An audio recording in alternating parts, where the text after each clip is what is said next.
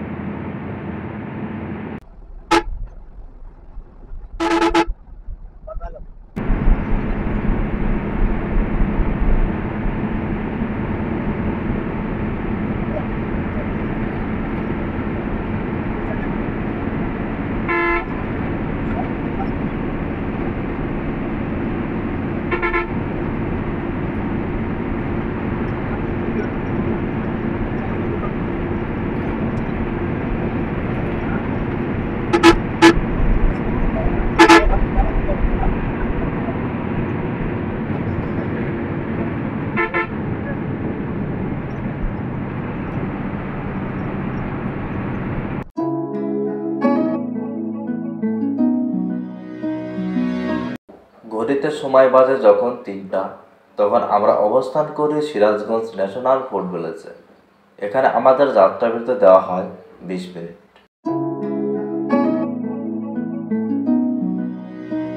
যাত্রা বিরতি শেষ করে আমরা চলে আসি গাড়ির কাছে। পাবনা রাজশাহী রোডের যতগুলো বাস রয়েছে সবগুলোই এই ন্যাশনাল ফুড ভিলেজে যাত্রা বিরতি দিয়ে থাকে। পাশে দেখতে পাচ্ছেন বাংলা স্টার, সি লাইন সহ আরও অসংখ্য বাস কোম্পানি এখানে যাত্রাবিরতি করে থাকে। সিরাজগঞ্জ থেকে নাটোর পৌঁছতে আনুমানিক 1.5 থেকে 2 ঘন্টা সময় লাগবে।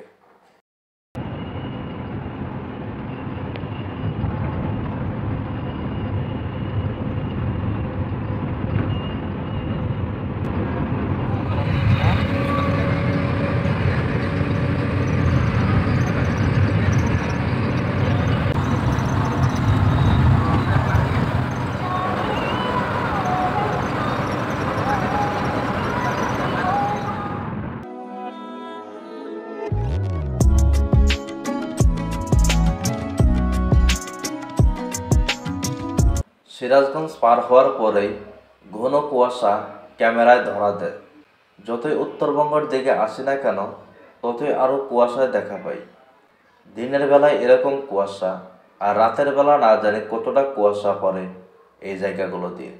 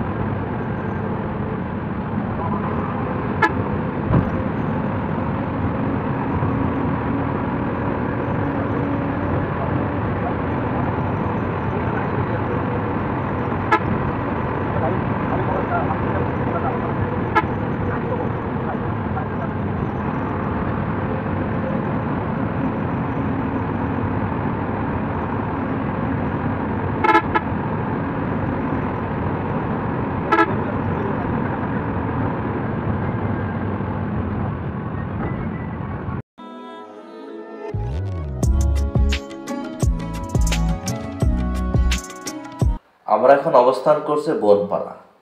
এই বনপাড়া থেকে নাটোর পৌঁছতে আর আনুমানিক 20 থেকে আধা ঘন্টার মতো সময় লাগতে পারে। হাতের বাম দিকে যে রাস্তাটা দেখতে পাচ্ছেন, এই রাস্তা দিয়ে নাটোর থেকে পাবনা যাওয়া যায়।